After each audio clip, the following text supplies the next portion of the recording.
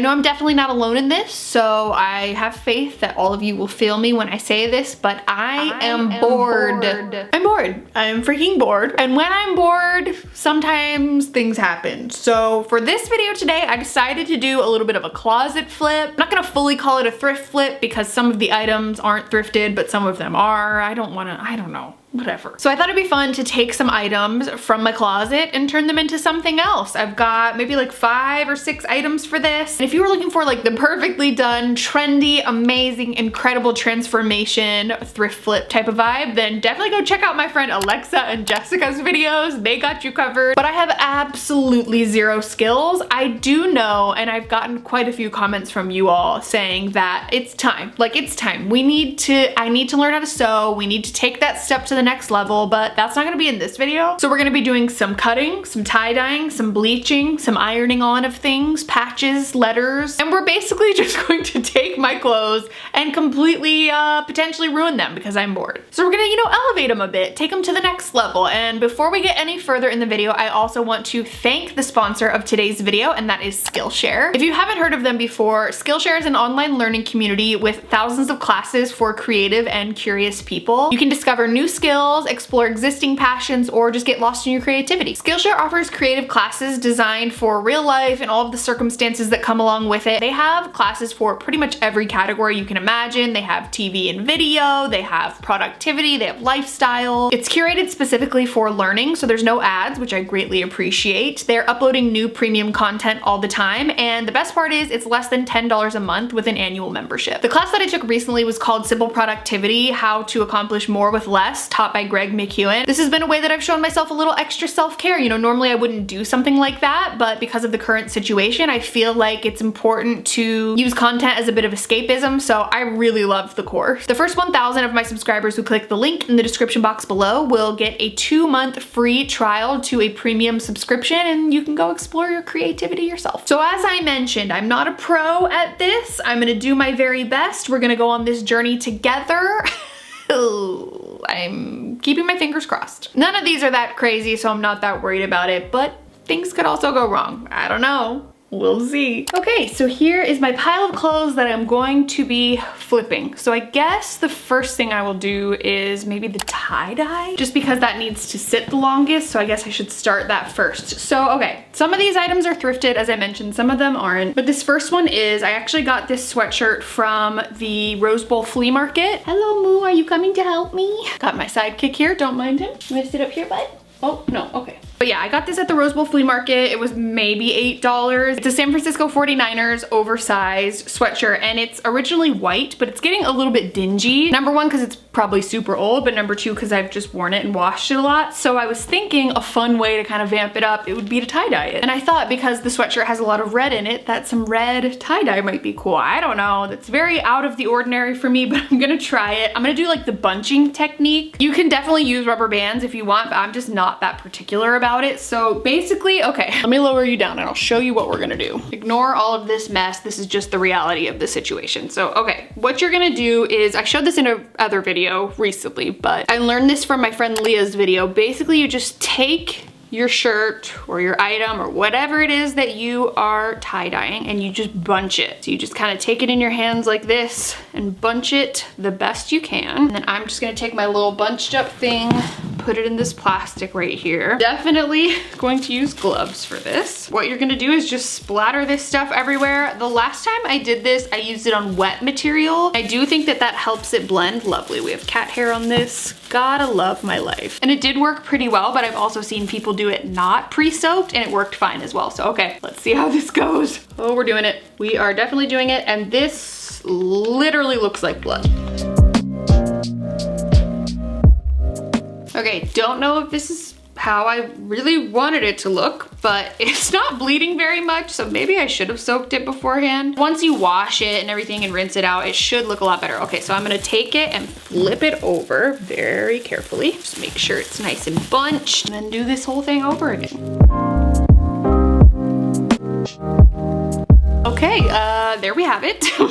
Don't know how this is gonna turn out, but we are going to leave this to soak. I think it recommends on this particular tie-dye kit that you leave it for like 8 hours or something like that. It is kind of starting to bleed a little bit, so that's good. We're getting somewhere. I feel hopeful about this. I feel hopeful about this. The next day. You guys, we have our first fail. Some of you might not consider this a fail, but this is in no way, shape, or form, or in any world red. This looks like I just spilled Kool-Aid all over this sweatshirt. And now I'm sad and scared that I ruined it because I actually really love this sweatshirt. So okay, we'll go over the positives. The tie-dyeing actually looks good. Like the pattern of it and everything actually looks good, but the color, honey. It said to leave for like 8 to 12 hours. I left it for about 8, and I'm just really confused as to how it turned out this bad. This is just not red. Like I don't know if you can tell on camera, but this is just an orange peach. It's so ugly. If this sweatshirt were just white to begin with, I think it'd be fine, but with the red accents, it just looks so bad. So now I'm scared. I'm like, do I do it again? And then I have peach and red, or do I just leave it be because it's ugly and I need to leave it alone? I don't know, I'm really sad because I've had really good luck with tie-dyeing so far, and this was a total fail, so I'm pretty depressed. If you have any suggestions on how to fix this, please let me know. Next, I have a few patches that I would actually love to use up. So I've got some ideas. Is ironing on patches really part of a flip? Maybe. I have a mustard beanie that I really don't wear that often, but I thought because it's plain, I don't know, I really like the idea of a little something fun being on the front. So maybe like a butterfly or maybe even this little daisy patch. I also have just a plain white dad hat that I got from, I think, Everlane that just needs to be like zhuzhed up a little bit. Okay, I've decided I'm gonna go with the butterfly on the cap and then the daisy on the beanie. So basically all you do with these is I'm gonna preheat I almost said oven. This is not an oven, this is an iron. This is actually, I think, the iron that my mom had like before I was born, or maybe this was even my grandma's. This is so old, but whatever, it still works.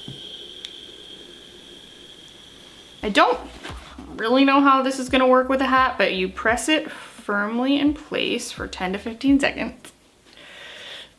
Very firm. That's gonna be cute. All right, then you flip it inside out, and then we're going to put our iron on a cloth. I don't have a cloth on me, so I'll just use another piece of fabric. And then you just press it on there for 20 to 25 seconds, and don't burn yourself. That is the objective.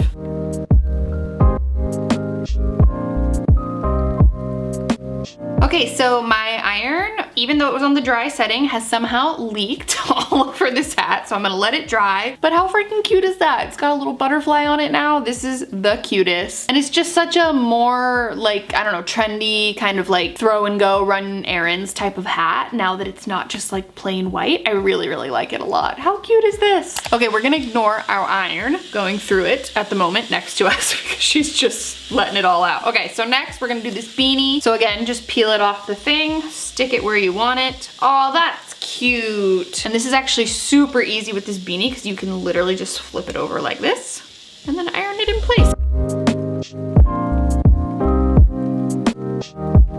Oh my gosh. You guys, this literally took 5 seconds. Like, this is just so cute. I mean, it's pretty basic. Like, it's not that fancy. Like I mentioned, I'm pretty bored, so I'm just messing with my clothes at this point. But this is so fun. I love this. Look how cute. See, now I have like 2 little upcycled hats. I didn't have to shop for any new ones. And this is just so like cutie 70s or maybe even 90s and really fun. All right, next up, I'm gonna do a little cutting. I'm not gonna sew. I know so many of you are gonna drag me in the comments. I'm so sorry. I need to learn how to sew. I am very aware of this and I honestly need to teach myself this year, but I'm gonna cut this little dress, which brings me a lot of sadness because if you've watched my videos recently, I think the video where I tried on shapewear, I wore this in the video and it's the cutest dress, but it's just too short. Like, it's definitely just made for someone that's not as tall as me. So what I was thinking would be fun is cropping this and then making it like a fun little crop top for summer would be so fun, and it's obviously the easiest thing in the world. Again, takes 2 seconds. So basically all I'm gonna do is I'm so unprofessional. Like, I really hate myself in this video. I'm just a normal person cutting my clothes, okay? I'm not a seamstress. I'm simply doing the best I can with what I have. So I'm gonna lay the dress down, bring you down here. Okay, so first of all, we have this little tie here, which is really annoying me. So we're gonna cut this off first, very carefully, but as close to the seam as possible. Boom. I actually might hold on to this as some kind of like hair scarf. I'm gonna have to iron it out, but this might be cute as a little like hair bandana or something. So we'll hold on to that. So I'm gonna make like, I guess a little tiny snip right here. Oh, I'm sad. But it's still gonna be cute and I still get to wear it just in a different way. So, okay. Oh, we did it.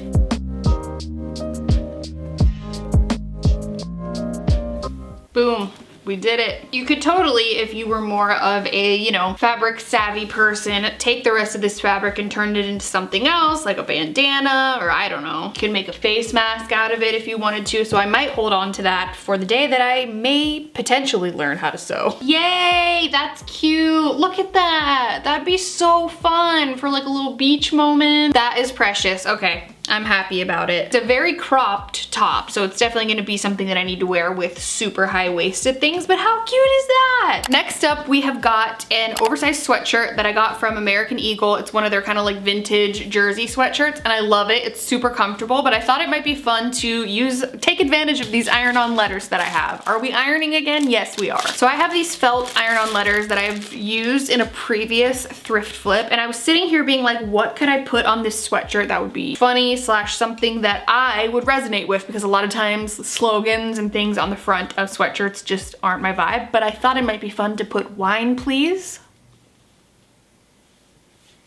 Maybe I'm a genius. First things first, you gotta cut out your letters. So I have to make sure I even have all the letters. I'm pretty sure I do. All right, so we've got our letters cut out. I'm gonna lay down the sweatshirt. I think I've decided I want them along the collar because I think that would be super cute. Okay, so now I'm gonna flip it over and try to iron it in place. Please pray for me.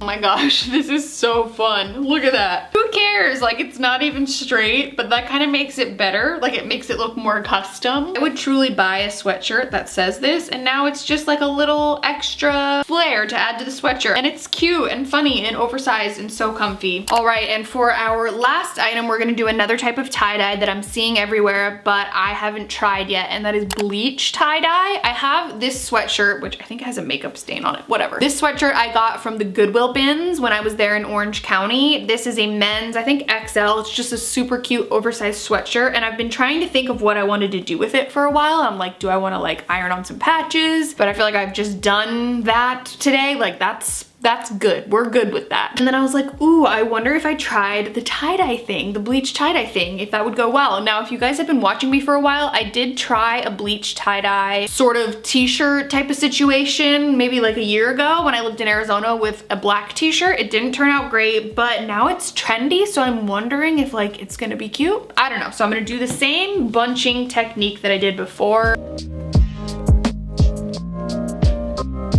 Okay, if I remember anything from past experiences doing this, it usually happens pretty quickly, so I'm going to try my best to just like stay right on top of it. Then we're gonna run it right downstairs and rinse it off. Here goes nothing.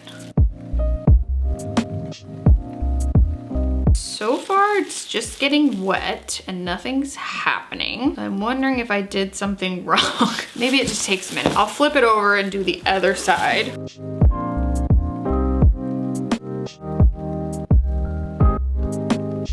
Fumes. Whew. The next day. My oh my, are we gonna end this on a good note? Look at this one. Oh, this was exactly what I wanted. Nothing too crazy or extreme. You know, I was actually really concerned because I left it in the little bleach mixture for a while and it didn't look like it was doing anything. It didn't look like it was bleaching it at all. And then I was like, whatever, it's a fail. I'll just wash the bleach out and try again. And then this was what it looked like. And it took this sort of just boring sweatshirt and did something else to it. I'm really pleased with how this one turned out. I think this might be my favorite thing. And now we have another sweatshirt to add to my quarantine uniform. Love it. So I hope you guys enjoyed this video. If you did, be sure to give it a thumbs up. Don't forget to subscribe to my channel if you haven't already. You can also turn on my post notifications if you want to be notified every time I post a new video. That really helps me out a lot. Let me know if you want to see me do more videos like this. Maybe I will learn finally how to sew. Perhaps. I want to say a quick thanks again to Skillshare for sponsoring this video. All of the information that you need to know is linked right there down below. I love you guys so much. Thank you so much for watching this video, and I will see you in my next one. Bye.